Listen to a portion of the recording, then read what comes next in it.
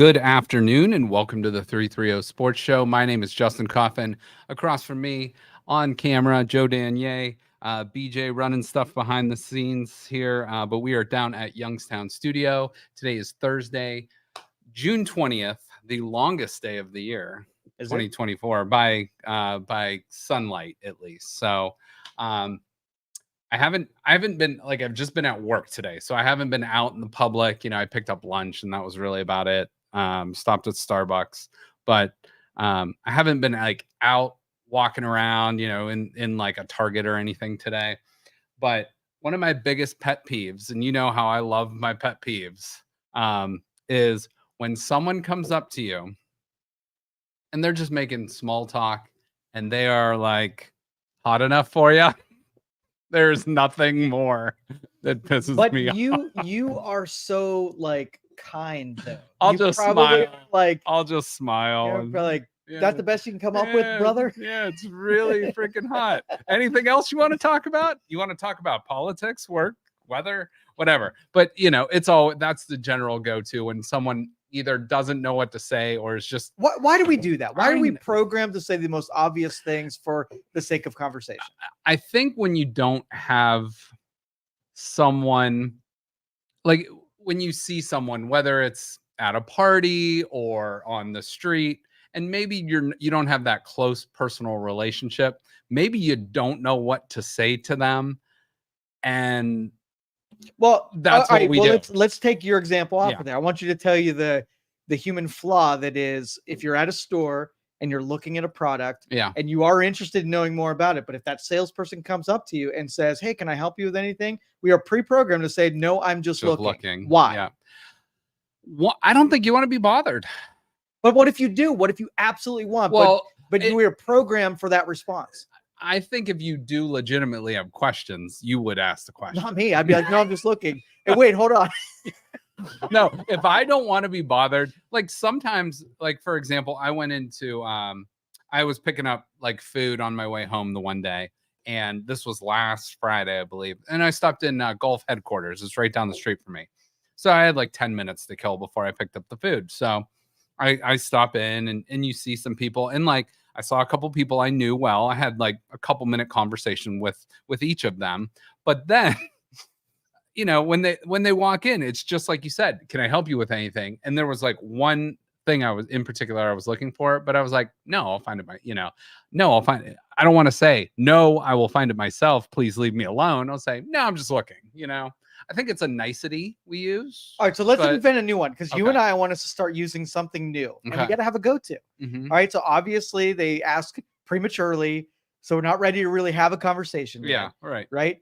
We don't want to be obvious, absurd, and I kind of do. I'm just casing the joint would be my, be funny about it or whatever. Yeah. But give me a new one that I can use that means leave me alone for a little while, give me some space without being as blunt as I would be. How about "I'll find you if I need you"? Oh, that's a good one. Because then you're putting it on them "I'm good until I need you. Then I'll come look for you." There's some messaging in that. I like it. Yeah. So, I mean, that just. All right, let me practice it. So I want to say, "I'll find you when I need you." Okay. Liam Nielsen. So, sir, I see you looking around. Is there anything I can help you out with?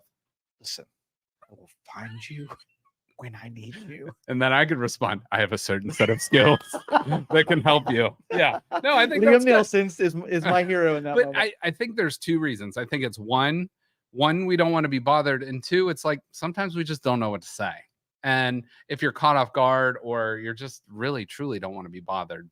Well, I would teach my salesperson to never ask, "Can I help you with something?" because it's not effective. Yeah. If now commenting, looking at whatever you were looking at and say, "She's a beauty," that annoys me too, right? Mm-hmm. There are truly some salespeople that legitimately want to help you, but the ones that are on commission or whatever, that it's I just don't want to be bothered. And I get it. They're trying to do their job. They're trying to make money. I totally understand that. I respect that. That's not one of my strong suits, is sales at all.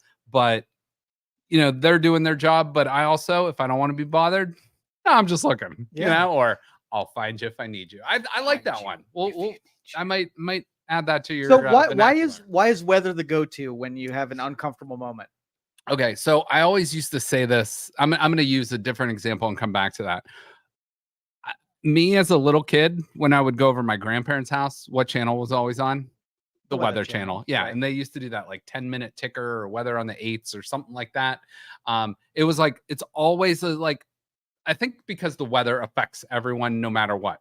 Like, especially in Ohio, we have major extremes. We have tornadoes sometimes, we have blizzards sometimes, we have just thunderstorms, 95-degree days like today. And it's just like literally everything, no pun intended, under the sun. It's just is what it is. But with weather, I think it's a go-to because it's a commonality that we all share. It's like sometimes with sports, not everyone's into sports. Not everyone follows a basketball team or a baseball team or a football team, whatever it might be.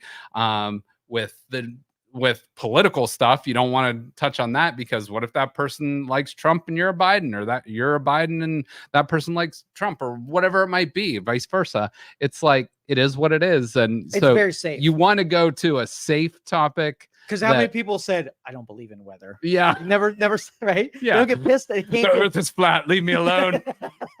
The weather's just going to And it's a conspiracy. Yeah, exactly. It's going to rain, or is it? Yeah, exactly. So, I mean, it's just one of those things. I think it's a natural go-to. So right off the show, spend about 5 minutes talking about nice. Well, we gotta be ready the next time you have an uncomfortable moment and we don't want to go to weather. So give me another safe one as a substitute for one that annoys both you and I, and universally everybody's annoyed with the weather comment. So let's think of something else that's equally as safe as weather, that is a little bit more risque. Oh no, or safe. I was gonna say, who you voting for in November? Dude, that's not safe at all. It's not safe at all. No, it's not. What's for dinner tonight? I don't know. Dude, I would be scared of you. It's not safe. No. So that's a fly dress you're wearing. That's not safe either. Like, hey, that's and that might translate different if you're talking to a female or a male too. So I think weather is safe no matter man, female, child, elderly, whatever. I think it's a safe topic. Yeah, really. So. Everything I can think of would be just weird. Like, do you like turtles? Would be a really odd question. That's very oddly specific. Nobody hates turtles. They really don't. Yeah. But it would still be like, huh? Yeah. It would take some conditioning before the turtles question is. I'm gonna say, that's a little weird. Okay. Not everyone's into. But I have to know. Do you like turtles? I do, especially Teenage Mutant ones. Okay. All right. No, I mean, turtles are cool. One time I was walking my dog. This was probably about 5 years ago. Walking down the street and I see a turtle about this big, and it was a snapping turtle. And my dog walked over and she was getting too close. And I had no idea, if they grab you, they do not let go. You literally have to cut its head off. Yep. So talking about the weather and cutting turtles' heads off. Two that's a great topics start to a show today. And that is fantastic. Welcome to the 330 Sports Show. Welcome.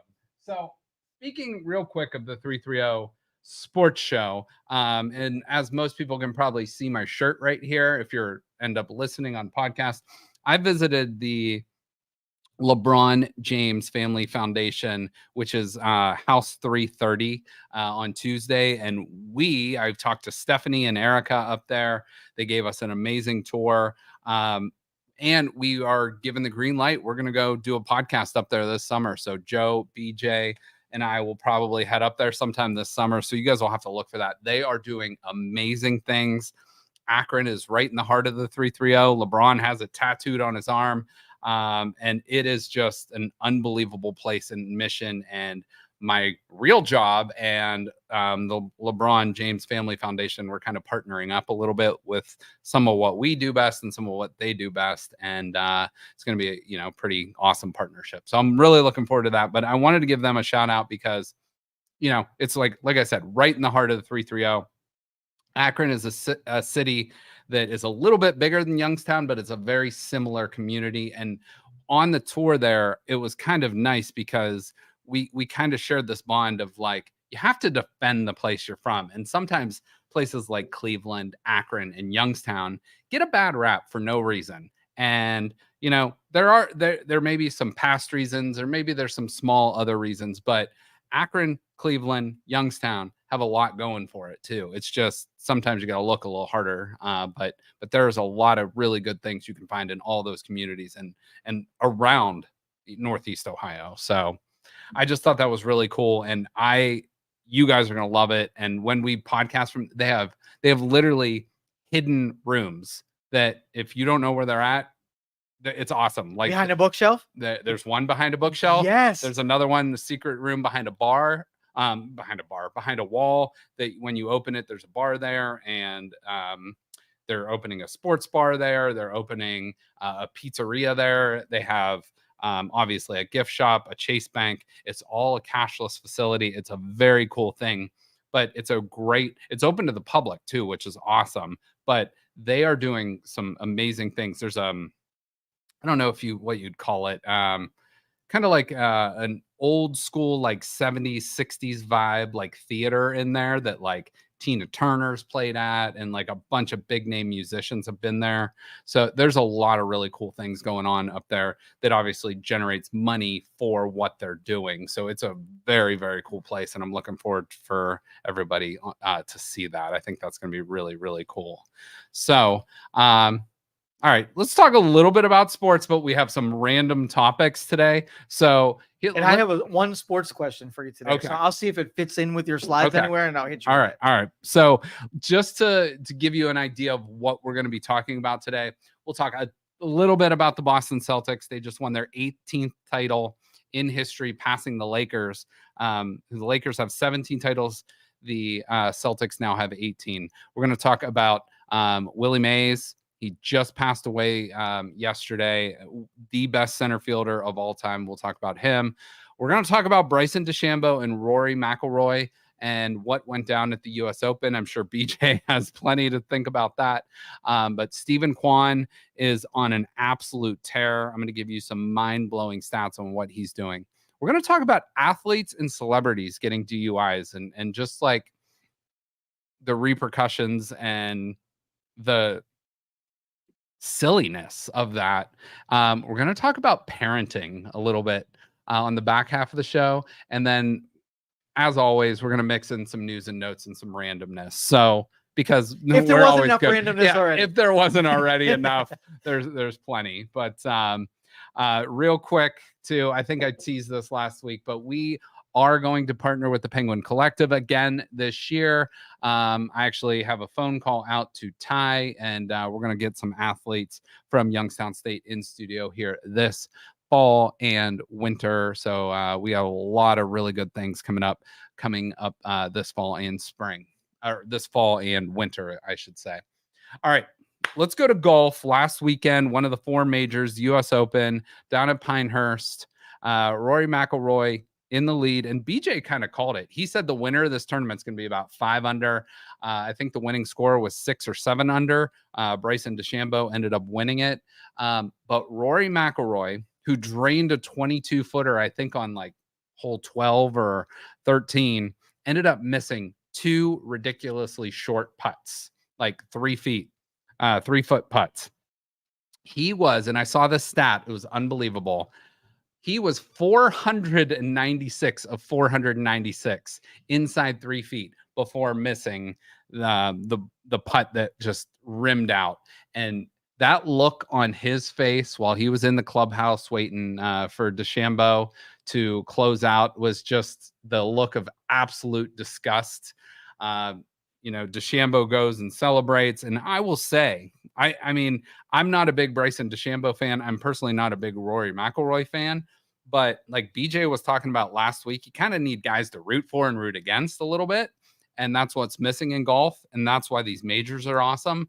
But DeChambeau has kind of done a 180 for me. He takes his time to celebrate with the fans. He signs autographs. He meets and greets with a lot of people, which is really cool because it's that personal touch, especially with golfers that are missing. And his celebration and his shot out of the bunker on 18 will be one of the best shots at a major championship in history. It'll be marked down as one of those, top 25 type shots of all time, because where he was to where he ended up, putting in for the win was just unbelievable. Like Rory McIlroy probably was like, well, I'm either going to win this or at worst we're going to a playoff, and he ends up losing because of that shot on 18. So I have to ask you though, with golf.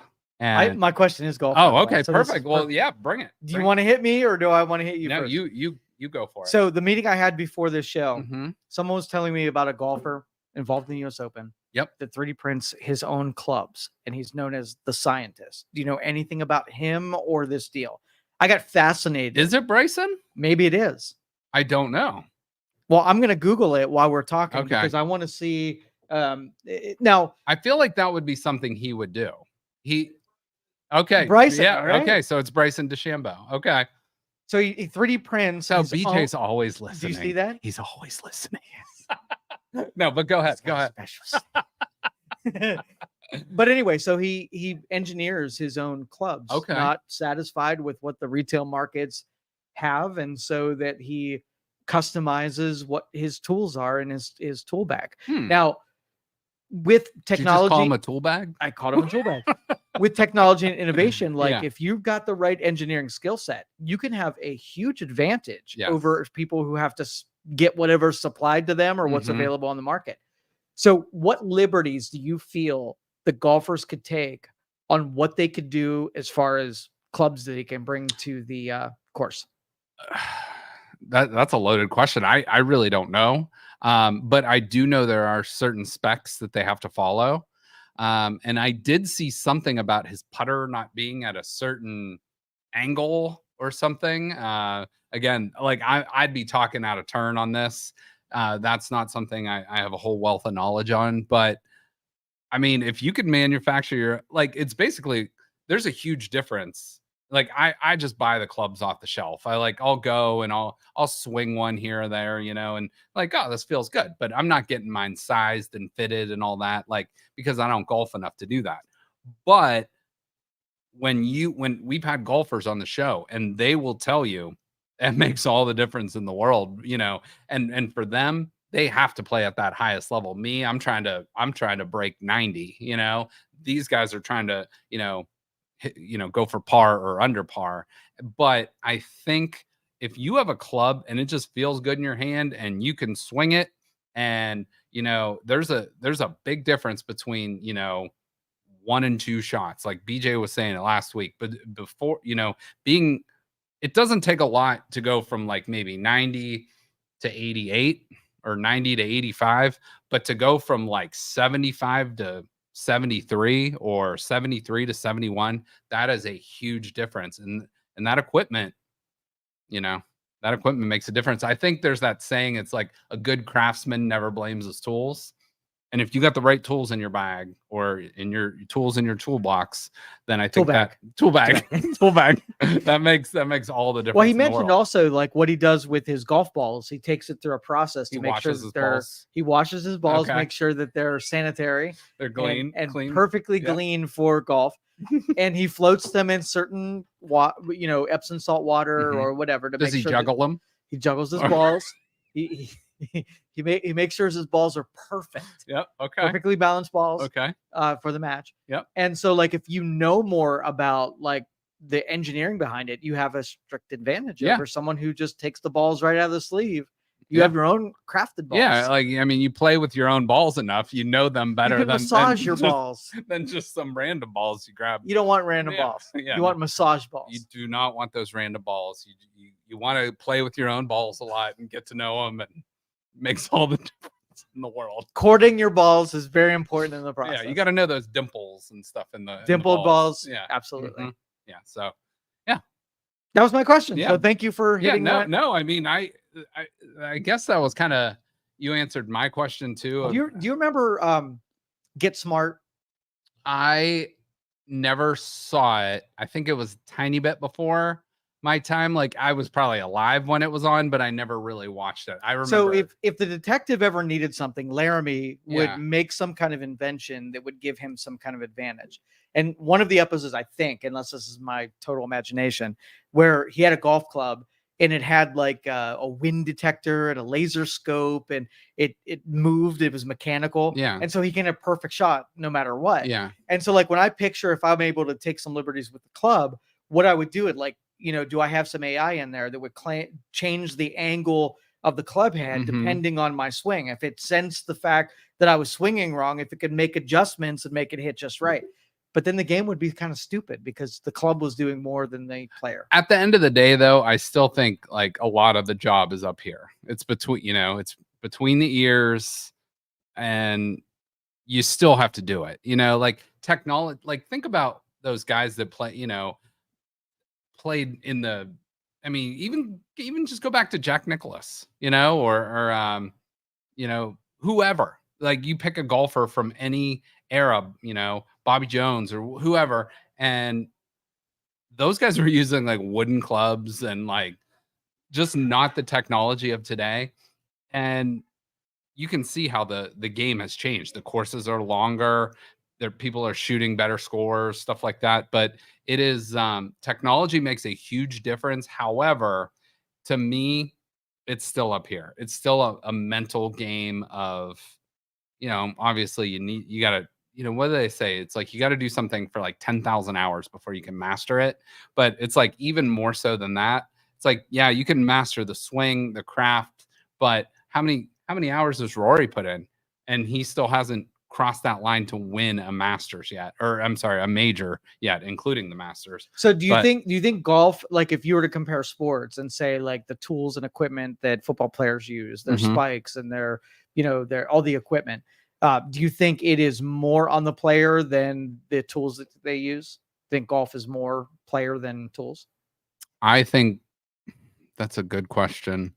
I think at the end of the day, all sports are more player than tools, because you have to have that skill. It's like you can have all the athletic talent in the world, but it's I don't know. It's like you still got to practice. You still got to hone that skill. It's just like a smart kid in class. It's like they might be smart and everything might come easy to them, but eventually those other kids are going to catch up if they don't work at it. You know what I mean? So that's the analogy maybe I'd go with there. Well, I don't know. The biggest test is that, like, I grew up around like horses and NASCAR, right?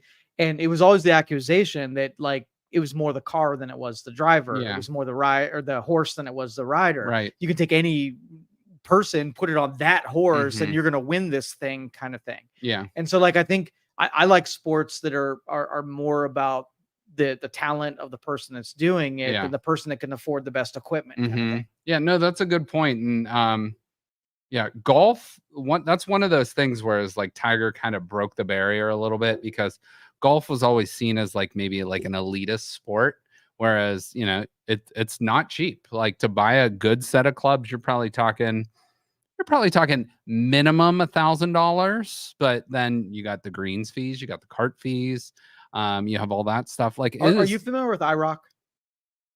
The IROC competition? Oh no, it's a race. I was going to say, I think that's a car, isn't it? Yeah. So what happens? It's a race. Yeah.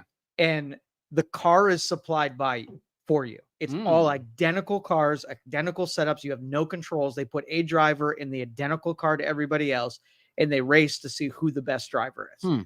So let's just say they had a golf tournament and everything was equalized except for the person that's swinging a club. They gave everybody the same amount of clubs, or the same clubs, the same non-floated manicured balls.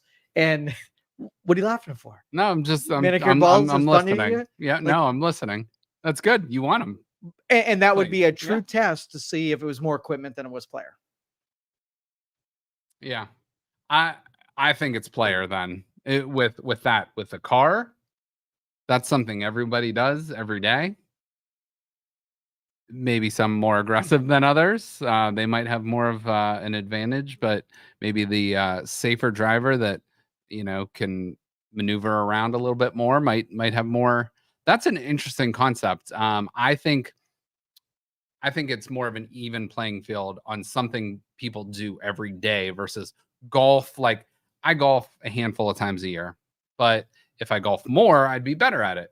It's like, whereas I drive every day, so I think I'm a pretty good driver. Am I perfect? No, but I think I'm pretty good at it. And if you threw me and 10 other average drivers in a car, I think I could Do you realize that everybody thinks they're a great driver and everybody else sucks? So you're probably part of one of those percentages. I don't know which one. Probably, but I'm you think you're better. I am better. Yeah. I don't think it. I know it. Yeah. Going with confidence. Speaking of people that are really good at what they do, let's go to the all-time best center fielder ever. I mean, when you think about the movie Major League and you think of Willie Mays Hayes, where does Willie Mays Hayes come from? He comes from Willie Mays, because Willie Mays was the all-time best center fielder ever. I mean, that came straight out of Ken Griffey Jr.'s mouth. But he had that defining moment, 1954 World Series, goes back, makes that obscene catch over his shoulder. Unfortunately, that was against the Cleveland Indians. If that gets over his head, that probably the Indians probably win the World Series. And we're not talking about a title drought from 1948. We're talking about a title drought from 1954. But regardless, he played in a really rough baseball field, like the former home of the San Francisco 49ers, the San Francisco Giants, the Candlestick Park, it was called, but not a very friendly, hitter-friendly park. A lot of winds out there right on the bay. He also missed time due to serving his country in war. So he was a wartime player. He missed some time playing that. But he played 24 seasons, I believe 24 seasons in the major leagues. He was a 24-time All-Star. This is unbelievable stuff. His WAR, which is wins above replacement. So if you put the average, this is kind of like what we're talking about with the IROC cars. If you put the average player in center field, he would be, over his whole career, 156 games better than that average player, which is, you look at a major league season now, it's 162 games. So he is a full season better over those 24 years than the average player. And to put that into perspective, I believe they say a WAR of 8 per year is an MVP level. So that is amazing stuff. He had almost 3,300 hits, 3,293 hits, 660 home runs, which I believe is 6th all time, 301 batting average, 2,068 runs scored, 1,909 RBIs, and 339 steals. He played for 4 teams. Now, he started in the Negro Leagues with the Birmingham Black Barons, then went to the New York Giants, which became the San Francisco Giants, and then the New York Mets. So rest in peace. He passed away yesterday at the age of 93. One of the all-time greatest players of all time, and definitely, in my opinion, the best center fielder that ever played the game of baseball. So Willie Mays, rest in peace. Hopefully they do something with the number 24, the number he wore around baseball, like they have done with, other players in the league. Now, I have not checked the score. I know the Guardians were playing today, and last I checked, it was a 5-3 lead. I think that was I'll keep my eye on it. And it's probably about over now if it's not, but they were up 5-3 last check on the Seattle Mariners. But Stephen Kwan, we're not going to talk about the Guardians, but we are going to talk about Stephen Kwan. He wears number 38 for the Cleveland Guardians. He plays left field and has played center field before. But this year, he's missed some games due to injury. I believe it was a calf injury. But coming into today's game on June 20th, he is 70 for 176. All right, so the Guardians pick up the win, 6-3, split the series with Seattle. Look at that, live on demand, right in studio. But this is basically, I'm just going to spend about 2 or 3 minutes here on Stephen Kwan. This is an appreciation post here. So right now, coming into today's game, 398. If you can, Joe, can you see what he did today? Like Stephen Kwan, sure. I'm not sure what he did, but coming into today, 398 on the season, which No one has hit 400 in a season, I believe, since like 1938. So that's unbelievable. He is the first player in 23 years. So Stephen Kwan today, 1 for 3. So 1 for 3 will actually drop his batting average, which is pretty crazy. But he's the first player in 23 years with 70 hits in his first 43 games. Here's another fact. Stephen Kwan has his longest hitless streak this season is 7 plate appearances. So, I mean, he has gone 0 for 7 consecutively once this entire season. That's amazing in Major League Baseball. He has more 3-hit games, 11, than 0-hit games, only 7 this season. And in the past 75 years, the only Cleveland hitters over 350 to finish a season, Manny Ramirez in 2000 at 351, Albert Belle in 1994 at 357, and Tito Francona, not Terry Francona, his dad, in 1959 at 363. So that is just some unbelievable stuff. So wanted to just spend a minute or two on Stephen Kwan because he has done unbelievable this year. He's just really good at baseball. Not a power hitter, but like just a overall great outfielder, great player. All right, real quick in the NBA.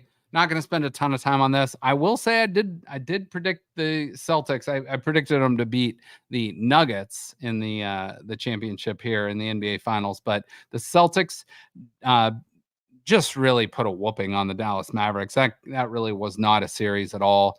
The Celtics went 16-3 in the playoffs, and I believe they were 81-20 if you count the regular season and the playoffs combined. So just unbelievable stuff. The Cavs were really the team that challenged them the most this playoff series, this entire playoffs run, really. So, and then when Donovan Mitchell went out, it was just unfortunate the Cavs could not hang with them with the firepower.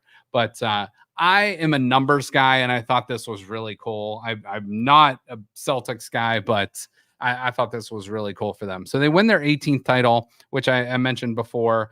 The Lakers and them were tied with 17. But the number 617 is very significant for the Boston area code. So that is their area code in Boston. I believe they have 2 area codes, but 617 is their main one. And their last 2 championships, 2008 and 2024, both came on June 17th or 6/17. So thought that was pretty cool. Just numbers wise, it's kind of neat how sometimes that works out, you know.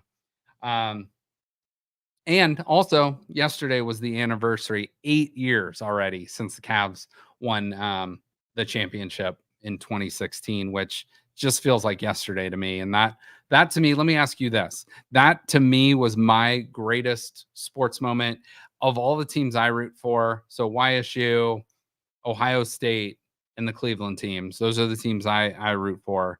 YSU growing up was always real successful. They won some national titles under Jim Tressel. Ohio State, my very first year at Ohio State was 2002. They won the national title. That was one of the best experiences throughout that whole season for me. They won the national title again in 2014. But for me, I had never seen a pro championship. So the Browns, we all know the heartbreak, the drive, the fumble, all that stuff. They got close so many times. And then the Indians, now Guardians. But, you know, I think of 95, you get to the World Series. You get so close, but you lose to the Braves. In 97, you go to Game 7 in extra innings and lose that to the Marlins. 2007, they were right on the edge of getting to the World Series. You lose. And then in 2016 as well, they lose in Game 7 of the World Series. So close so many times. So that Cavaliers team in 2016 will forever probably be the greatest moment of my sports history, just because Ohio State's good every year, you know, but the Cleveland professional sports, the teams are not built to be good every year. It takes, and we know in Cleveland, there's some tough years, there's some down years, there's some dry years, but for me, that's my greatest sports moment. Now, I just want to put that back on you. And it doesn't have to be a championship, it doesn't have to be anything like that, but it could be even you personally. Do you have a favorite or most memorable sports moment you can think of? I have a fan moment. So as a kid, like a 10-year-old kid, I have no idea how old I was. So I'm going to say 10. Okay. And my favorite player was Andre Thornton. Okay. Thunder. Yeah. For the Cleveland Indians. And I went to a game. It was my first MLB game ever. And after the game, we went to the lot where all the drivers parked. Yeah. And I had a baseball that we got as a handout for whatever that night was. They gave us an Indians commemorative ball. And a dude hooked up my ball to a fishing pole. And he floated my ball into the parking lot. And when Andre Thornton came out to get in his car, he took my ball and he signed it. Awesome. That was like, and it was solidified. He was my favorite player and will always be because of that moment. That's really cool. And as a kid, that is a core memory you don't forget. Yeah. So do you still have the ball? I don't. I have no idea where it went. Like, honestly, like I don't remember the day after I had that ball where it ever went. So it's somewhere out there. But that memory will always stick with you. Forever. He signed the ball. That's your favorite Andre player Thornton? ever. Okay. I bet you haven't mentioned that name in about 20 years. No, right? I have not. I mean, again, that's like he played for, that's like, I don't really have memories of him. The first memories I have of Cleveland Indians baseball, I was going to say, first memories I have were like Corey Snyder, Joe Carter, Brooke Jacoby. Yes, that was in that Greg same Swindell, Andre Thornton. So 1987 was his last year, and he only played 36 games. 86. So 86 was probably his like last like major year, and that would have been exactly 10 years old. How did I draw that out? Yeah, that's good. Boom. Yeah, but that's a core memory. Heck yeah. So that's cool. And yeah, but I'm telling you, like going to your first baseball game, like at the time, in the 80s and 90s, baseball was a huge thing. It was not everybody got to do it. It was a huge experience, and that was like a lifetime, like a life moment. Oh yeah, America's pastime. It really was. And I think obviously football has supplanted that, but baseball just always will have this special, I don't know, place in Americana, I guess. Football, I think, will always be king from now till it's not. But baseball is like this. It's different. It's a slower game, but it's like the pageantry of it. It's the smells of the stadium and stuff like that. Whereas, so what in 86, what stadium would that have been? Would that have been municipal? Because Jacobs Field didn't open until 94. Okay. So yeah, that would have been municipal. And that place was, I have fond memories of that place as a kid, but if I was an adult, I would have been like, that place is a total dump, but I remember going to it in 93. It was a party coliseum. When they were really is. Yeah. But I think it was built. And somebody can correct me if I'm wrong. I'm pretty sure it was built because Cleveland wanted to host the Olympics.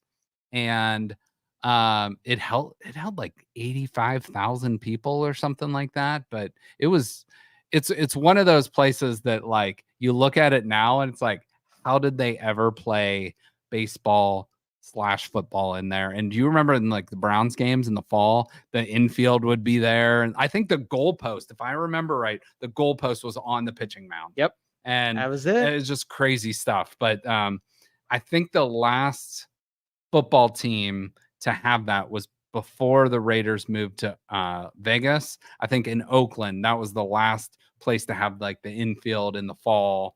And then eventually the grass would grow over it. But that was the last place to have the football and baseball field like kind of combined in that. So now in a similar story, the low moment of professional sports was similar situation. I was trying to get the autograph of Mr. Albert Belle. And I tried the similar deal. Did you get deal. candy on Halloween too from him? And he not only did not sign, he was a total douche biscuit. Okay. And like I've never like let him live that down. Yeah. I've always judged him based on how he turned away a 13-year-old boy for for an autograph. Yeah. Douche biscuit. My I have it's not a personal Albert Belle story, but one of my best friends sent him a picture. It was him and his dad. And there's right down over here, Youngstown, Hubbard area, there's a street called Albert Street and Bell Street that intersect. and they took a picture because they're huge Indians fans at the time, Guardians, obviously. But they're wearing all their Cleveland Indians stuff. They take a picture under the Albert and Belle intersection and send it to them. And they had success before getting stuff signed back, and he said it's gone. Never heard. I'm telling you, he's not a good person. Kenny Lofton, awesome. Jim Thome, awesome. Manny Ramirez, awesome. Mm-hmm. Albert Belle, douche biscuit. Okay. I don't even know what he's up to now. Hopefully he's changed his ways, but he was a great player. I know he's not in prison. I can Dude, fact check that. Dream. I'm live fact checking that. But he didn't you say he was autistic or had some kind of OCD? Don't put those words in my mouth. No. Let me see where he's at right now. I hope he's on some TV show. He's 50, he's trying to lose weight. 57 years old. But I mean, look at that. We talked about Willie Mays. Albert Belle's career war, and think of how good a player he was, is 40. Willie Mays was 156. So that just shows you how good that guy was. Albert Prince Belle, is that his name? Yeah, I'm sure that's no. That's no. I'm holding him to that. He calls himself Prince. No, that's a box. He's overweight, and he's probably addicted to fentanyl. He probably in prison, and he probably drinks those nutrition drinks. Herbalife. And sells them. He hawks them. He sells the kids who want his autograph. I'll give you an autograph. He has Belle Nutrition. Yes, Belle Nutrition. And if you don't buy it, he'll douche throw biscuit special. Are you feeling hungry? Have yourself a douche biscuit. He sells the douche biscuits at Belle Nutrition as well with those shakes. Okay. See what you did, Albert Belle? You poisoned the brain of a 13-year-old. Oh, man. Yeah.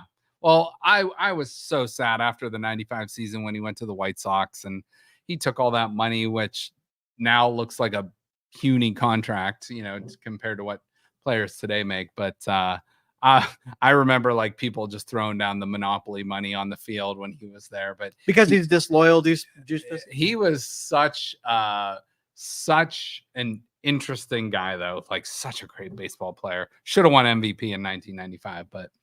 That's does it hurt you that I'm slamming him like I'm throwing shade down? No, I have good memories of him from like those core Cleveland Indians teams, 94, 95. I still think the Indians might not have won the World Series, but they would have probably got there in 1994. And that was the year there was no World Series because of a baseball strike. Can I say something positive about him? Yeah. Like I got to balance this out. So we used to take all of our staff up to Indians game in the early 90s. Yeah. And he was obviously, we would sit on the third base side. We had easy access. He was the funniest dude interacting with fans who were heckling him. He was the best at it. And that's why I say he was autistic or he had some OCD deal because he could not deal with people saying stuff and him not responding back to them. And I remember one time, like he took his batting glove and he put it in his back pocket and he folded down two of the fingers on either side to do a middle finger. And he put it in his back pocket and he would show his butt to whoever was heckling as the middle finger to them people. And that is freaking hilarious. That's pretty funny. That's pretty good stuff. Interesting. So that's the most positive thing I could say about Albert Douchebag Belle. Okay. All right. Let me talk from a whole holistic sports perspective and ask you this. So I'm going to give you a couple sports here. Don't look at the monitor. Okay. Because no cheating. So American football, so regular football, baseball, basketball, hockey, and soccer, or football, European football. Now, think of about how long those games are. So anywhere from maybe like 3 hours and 20 minutes to soccer's probably like an hour and a half, something like that. What sport has the least amount of live action? So do you understand what my question is? Yeah. So go for it. I'm going with hockey. Okay. Is that was that on your list? That is, well, no, it's okay. Hockey's on the list. Okay. Hockey's on the list. But the sport, 2 hours and 20 minutes, roughly 60 minutes of live action in hockey. So there is a lot of live action because it's. What do they consider live action? Well, live action, movement? I think just movement, playing like the puck is moving or the ball is moving, and players are moving with it. Okay. So would you like a second stab at it? I would. Tell me the other sports. Football. Okay. Baseball, basketball, hockey, and soccer. Baseball's probably your slowest. You're close. It's the second. So in baseball, the average game, and this was before the change in rules, 2 hours and 56 minutes of nothingness of every game, but live action, 18 minutes. Oh, that's rough. However, which equates to 10.21%. So there's something worse than that. Yes. Really? Yeah, and it's the most popular sport in America. NFL. The NFL. No. So kidding. In the NFL, the average game length is 3 hours and 10 minutes. That's with commercials. That's with, from kickoff to the end of the game, 3 hours, 10 minutes, 11 minutes of live action. Are you So you think about all that football you watch, 3 hours and 10 minutes, 11 minutes of live action. Insane, right? Like now in live action, they're including when the play starts to the tackle is made. That doesn't include all the other stuff, the shifting, the motion, players, subbing in and out, so when NFL.com does that recap of just the plays throughout the game, and it's about 15 minutes. Yeah. That's literally the whole game. Yeah. It's literally the whole game. Yeah. So the average percent of action in an NFL game is 5.8%. Holy crap. Isn't that crazy? That is then nuts. It's the most popular sport by far, by a wide margin. Guess how much commercial time in that 3 hours and 10 minutes? At least 25%. 75 minutes. Holy crap. 75. Now that includes halftime. That includes the end of the quarter breaks, but 75 minutes. That's why it's a big money maker. That's why it makes its money. So I will put that graphic up on the screen real quick.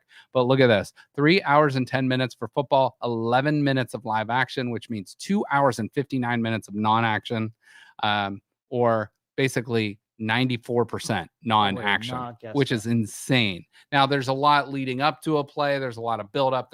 I just saw this and was like, this is crazy. But hockey, Joe, you were way off. It was the other way, but you were kind of like on track with the other stuff. For most of the part, they're skating in circles. Like there's not, but that is still scoring. Action though. I know. And that's like that's not fair because nothing's really going on except for the setting up for the action. Right. And then with soccer is, let me check, about a little under 2 hours, but 57 minutes or 50% basically is live action of soccer. Do you think that NFL, like we will have too small of an attention span in order for a 3 hour game? Because you can shorten it. Obviously, if there's that much dead time in there. I don't know how we go from a shorter attention span. I feel like we're at peak shortness of attention span right now. Like, I mean, phones, laptops, iPads, computers, whatever it might be, commercials, the girl flashing everybody in the stands, like everything. You factor all that stuff in, drinking, going to the bathroom, whatever it might be. You put all that into a barrel and it's still entertaining. People will still, like, I'm paying a crap ton of money to go to Vegas to see the Browns play the Raiders, but I'm going to enjoy the trip. There's going to be a lot of other stuff on that trip. So I'm going to see about 11 minutes of live action on a trip that's going to be a 3-day trip. That's going to be very expensive too. But when you're watching on TV, you don't experience how much downtime there is. But when you're at a game and you're watching them like stand around, you're like, what the hell is going on right now? Oh, they're at a commercial break or, they're just standing around so often. That was my biggest, and I go to more Ohio State games than I do any other games. And college football I love college football the most, I think, out of any sport, but college football may be the most frustrating because they have the longest games because there are the most commercials in college football. And when you're talking about whatever, there's that official or not official, but like TV person that stands there and is like, wait, the commercial's still going on. And then we'll throw it to the referee. So it's like the TV powers that be have more power than the actual league itself because the league runs off the TV revenue. So it's insane to think of. I got a question for you because this was a discussion about college football in particular. Yeah. So if you took every college athlete and put their stats into a database and then had an algorithm weigh out the talent of everybody that was on the field, and actually create like a Madden type of football game where you took the two teams and statistically who would win those games. So do you think ever AI will be a more interesting game to watch than the real world? So like a simulation of the game. Total simulation, same players, same game, but more efficient and more predictable. I don't think so, because it's not predictable. I think that's the excitingness, because these are 18 to 22, 23-year-old athletes that maybe they broke up with their girlfriend. Maybe they're failed a class. Maybe they didn't get the NIL check that they were promised. Smoke some weed before the game. Maybe. Yeah. It could be a lot of things that factor. Maybe they're homesick. Maybe there could be there's thousands of different factors that could go. If in the future there was a sports channel dedicated to AI sports where all you could do is watch fictitious teams play one another, would you watch? I mean, I can't say no, but it doesn't currently. That doesn't sound that exciting to me. What's not exciting about it? Because I know what's the killer for you? To me, it's not real. It's a video game. It's like if I'm playing a video game, that's one thing that's different than actually like having a stake in something that I root for, I believe in, I pay money for, versus a video game where it's like, I mean, I don't have any control of it, just like if I'm watching the actual players. What if you didn't know it was real? What if the channel came on and you had no idea that it was totally generated players, the game was generated, and it played out like a normal game that you would watch? Nobody suggested that what you're watching isn't real. But I know it's AI generated. How would you know? Because you're telling me. What if I didn't know? Like you just clicking and you're like, oh, what's this BFL? And you started watching it. And it was a team and players that you don't necessarily like, but you see the action that you're used to seeing when you play NFL. Yeah. And it's all the best of the stuff you like watching from it. It's competitive. Same kind of stuff's happening. I don't know if I could support the BFL. There's too many acronyms going through. What did you assemble for what that stands for? I'm not going to say it out loud. It's no accident I started with B or F. Yeah. I mean, you can interpret that as many ways as you want. Way you want. But yeah, if I know it's fake, it doesn't interest me. Okay. So, but if you don't know it's fake, you might watch it. Yeah. Oh yeah. Yeah. If it was realistic enough where I couldn't determine if it was real or fake, and it's on TV, and I think something has to do with the brands too. Like the XFL or USFL has recently been on. That doesn't interest me at all. Well, the AI would know exactly what you like about football, and it would only put stuff on the screen that you really dig. So it would be perfectly curated for you so that everything you like about football would be on that screen. Okay. So maybe. I won't say yes. I won't say no. Now, if you had the choice to not put actual human beings in harm's way to play a game that AI could absolutely play with the same kind of excitement, would you do it? No, I think that's part of the game. I don't You know. want people to be injured? Is that what you're saying? I think it's part of the game. That's all I'm saying. AI can't be injured. I don't root for injuries, but there's on video games, people get hurt. Remember on one of those first Madden games, they used to actually drive an ambulance on the field and I think run players over if they were in the way. But it's part of the game. Injuries are part of the game. So I don't know. Like, do I want anyone to be injured? No, but it's part of the game. Even, like as an Ohio State fan, I don't like Michigan, but I would never root for an injured Michigan player. I don't like, the Steelers, but I don't wish ill will on their players, like from an injury perspective. Except for Antonio Brown. He can die. Yeah.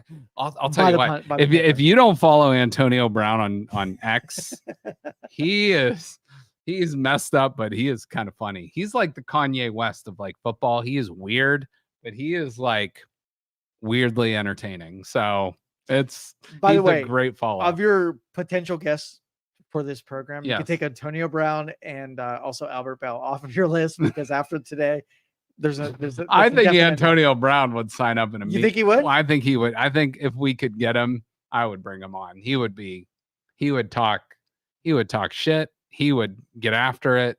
even after I said it would be okay if he died in the pursuit. Well, of I mean, he's gonna be my guess. So is my sin, not yours. Yeah. Okay. Right. All right. I'm good. Yeah. So, but I wish no ill will on no ill will except but for him. Antonio Brown, and what a weird dude. But again, how much of that is due to CTE and all that stuff? I think a lot of it. But I will just say this: if you have a Twitter account, I think his handle is AB84. Go follow him. It's at the very least entertaining.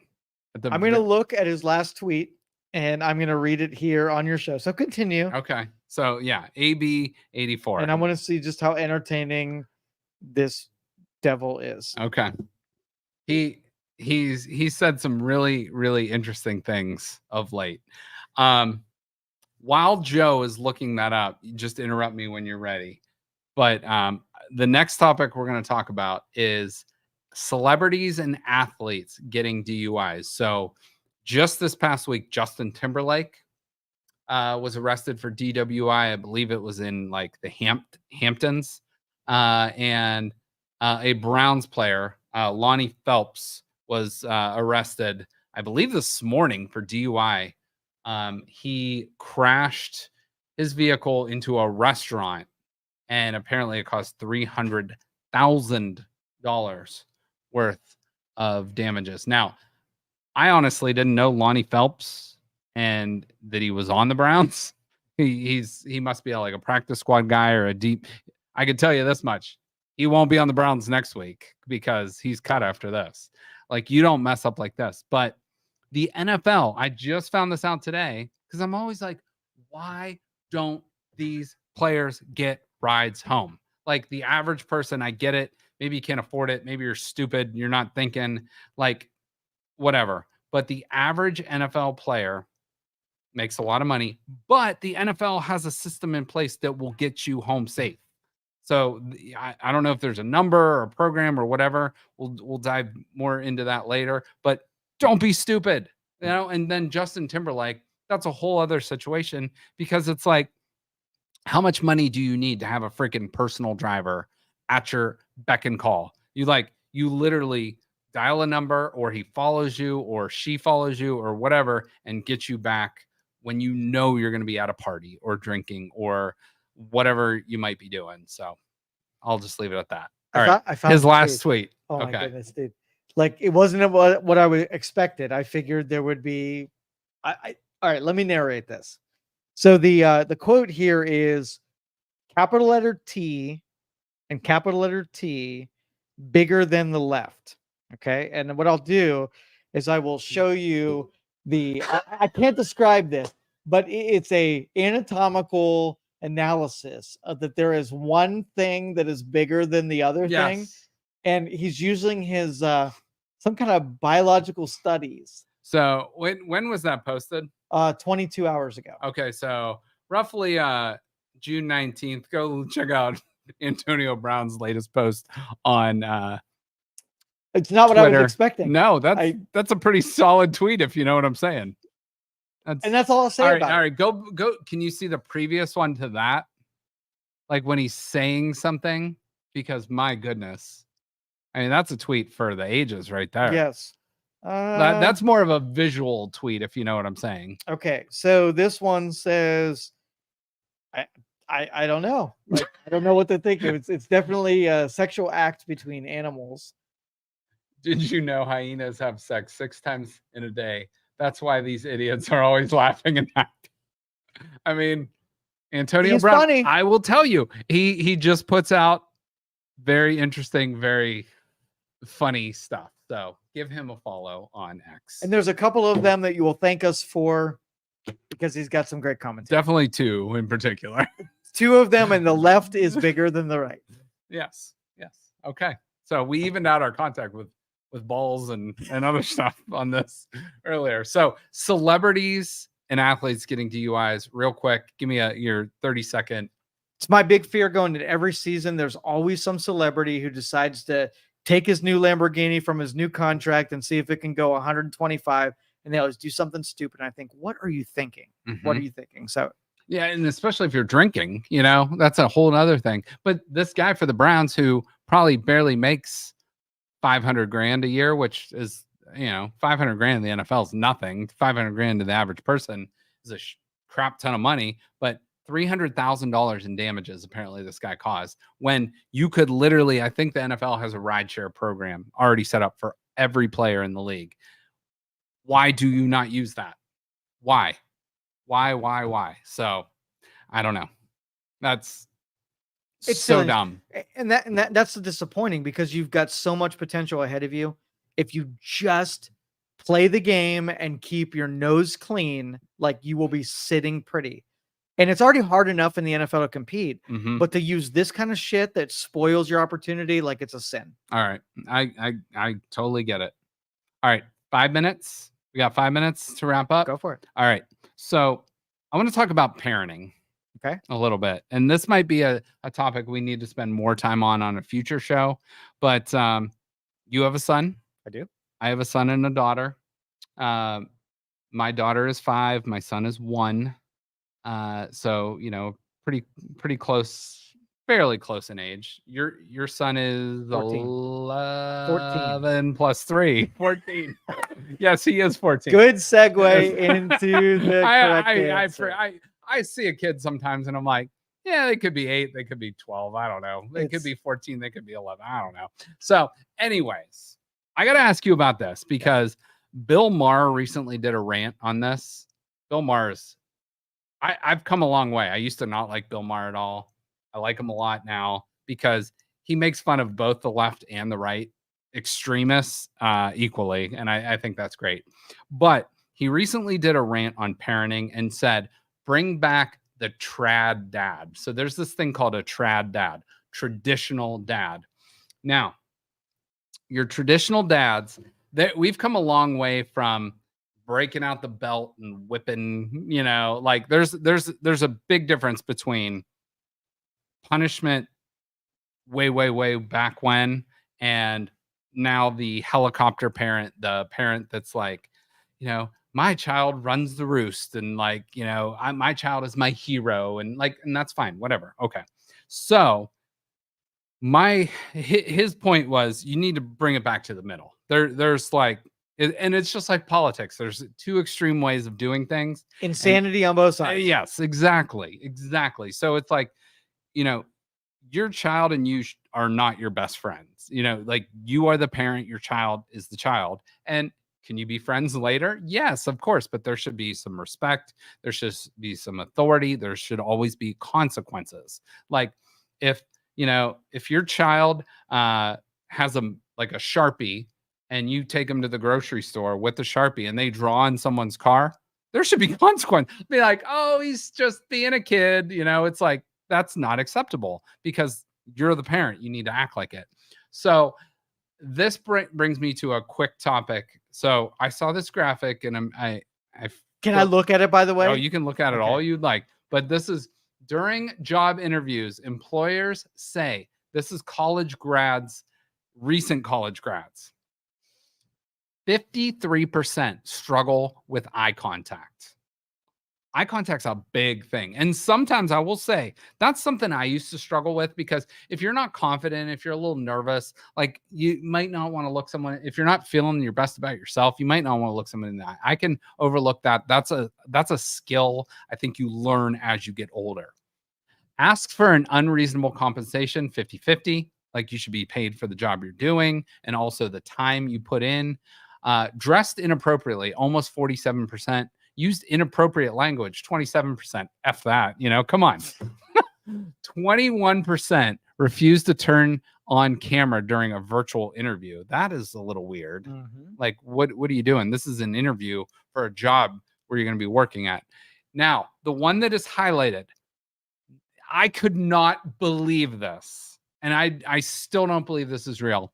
19% of recent college grads have brought a parent to their interview, Joe. All right, Joe, you're a business owner. If somebody brought their parent with them, would you even give them the time of day? Okay, so now I don't want to exclude. Maybe somebody needs them. In that sample, yes, that was 19%, and they interviewed 800 employers, which means there are 160 parents that were brought to an interview. It's happened to me one time. I've probably interviewed maybe 1,000 people over the course of here, and it's happened one time, and it did not add value to the interview. It did not add value. It was an immediate like discount on whether or not I can fit you in. Yes, 100%. So 0.01%, well, 0.001% is how many out of all the interviews you've done, one person has brought a parent to an interview. Out of these, that number has only escalated by a huge number. So you're talking out of every 5 people you interview, 1 is bringing a parent to that interview.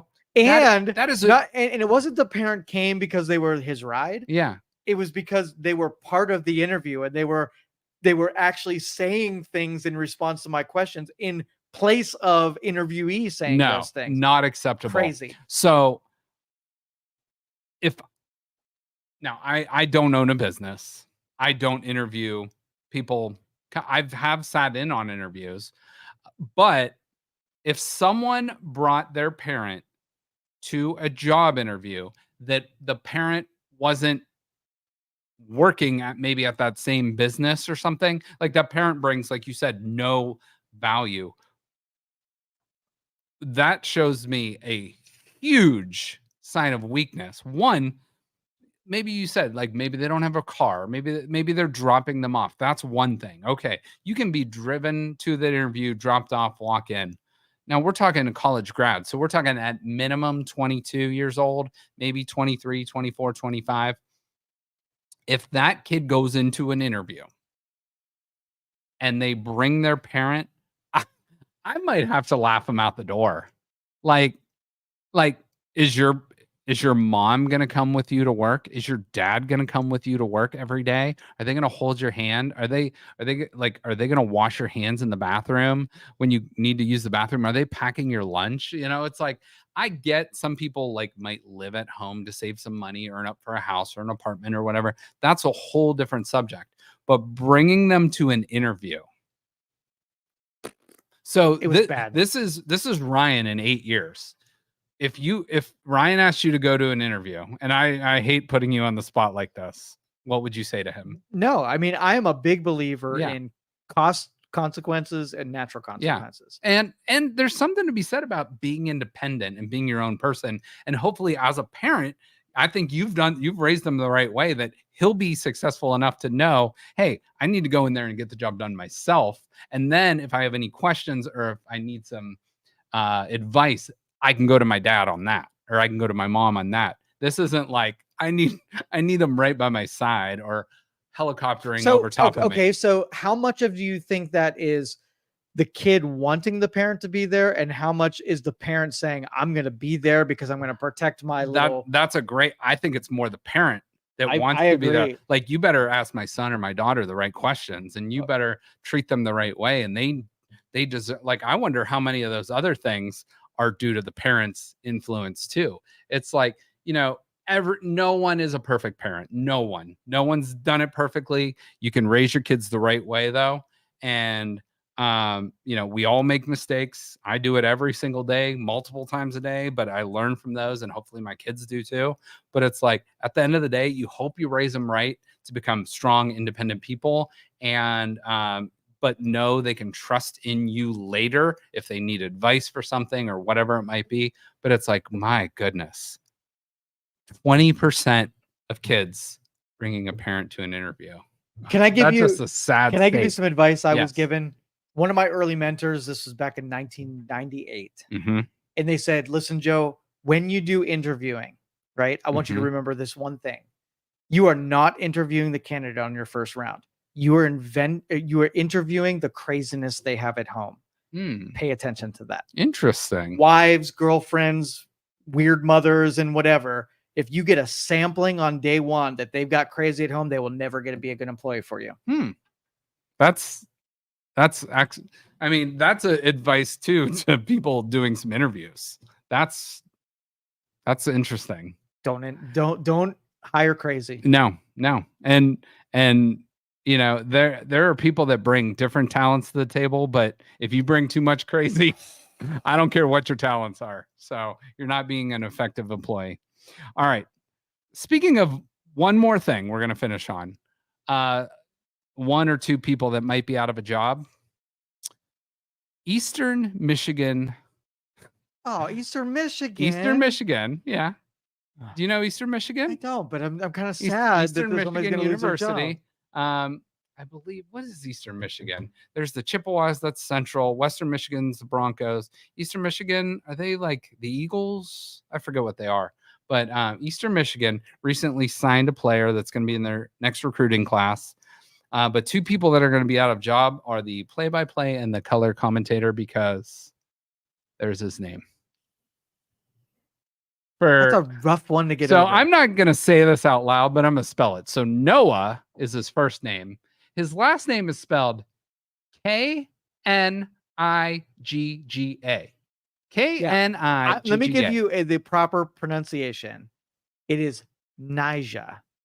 It is Knigga. So you're not just giving job interview advice. You're giving play-by-play pronunciation. Noah, that is Knigga. Noah Knigga with the tackle. Because Knight, KN would be the N. Yes. And then A, and then GG put together could be the J sound. Yes. But it's a double G, so I'm going to give it the double J sound for the extra bit. Just make sure you go with the soft J. Yeah. Knigga. So, you can go with Knigga. Or maybe there goes Noah on with another tackle. Use his first name. Yeah, first name exclusive. Did he really get excluded because the name would cause a problem? Oh no. Okay, he's in. He's good. But oh no, this guy has become a Twitter sensation. But yeah, unfortunate. I don't know. It's crazy. Just remember, all of you commentators, it's Knigga. If somebody halfway through the season does Knigga, I'll be super pissed because I didn't trademark it. If